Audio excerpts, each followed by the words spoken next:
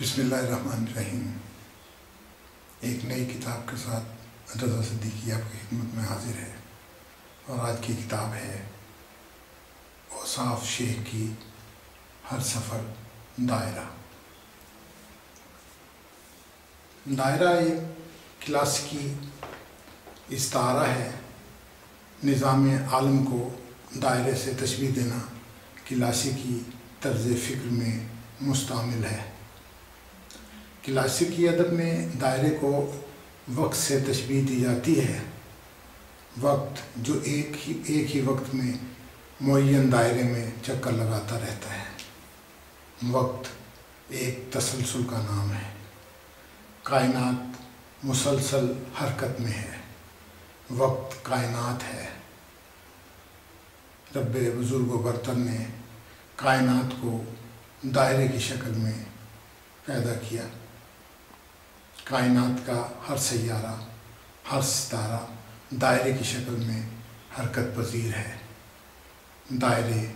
دائروں کے گرد محو رقص ہیں۔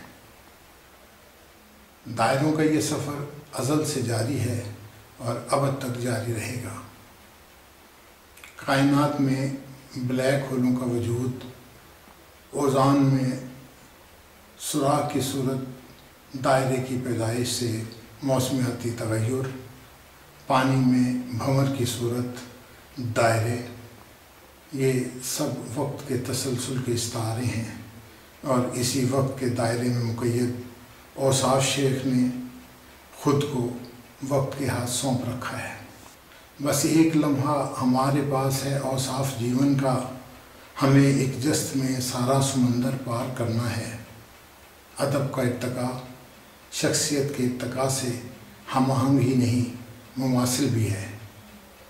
جس طرح شخصیت اپنے ابتدائی مدارج میں بعض قوی تر شخصیتوں کے سحر میں مبتلا ہوتی ہے، اور ایک طویل کشمکش اور جد و جہد کے بعد خود کو اس سحر سے آزاد کر کے اپنی اصل خوشبو کو دریافت کرتی ہے، بعین ہی ہر نئے ادیب کے لیے انفرادیت کی تلاش اور حصول جبھی ممکن ہے کہ وہ قوی تر شخصیات کے قوی تر اثرات سے خود کو آزاد کرائے۔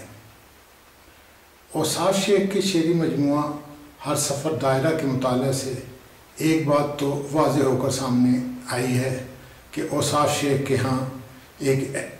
شیخ ایک ایسے شہر میں رہتے ہوئے جہاں مجید امجد، جعفر شرازی، بشیر احمد بشیر، گوہر ہوشیار پوری، ناصر شہزاد جیسی قوی تر شخصیت موجود تھیں، اس نے اپنی انفرادیت کو برقرار رکھا ہے۔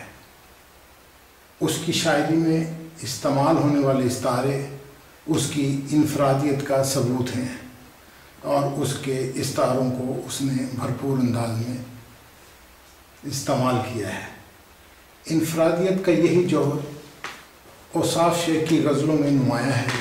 بظاہر یہ غزلیں ویسی ہی ہیں جیسی سب کی ہوتی ہیں، جو دوسروں کے ہاں موضوعات اور مضامین ملتے ہیں، وہی واردات قلبی، وہی احساسات و کیفیات جو دوسروں کے ہاں ہوتی ہیں، مگر فرق ہے تو غزل کی پیشکش کا، جو اوصاف کے ہاں اس کا اپنا ہے۔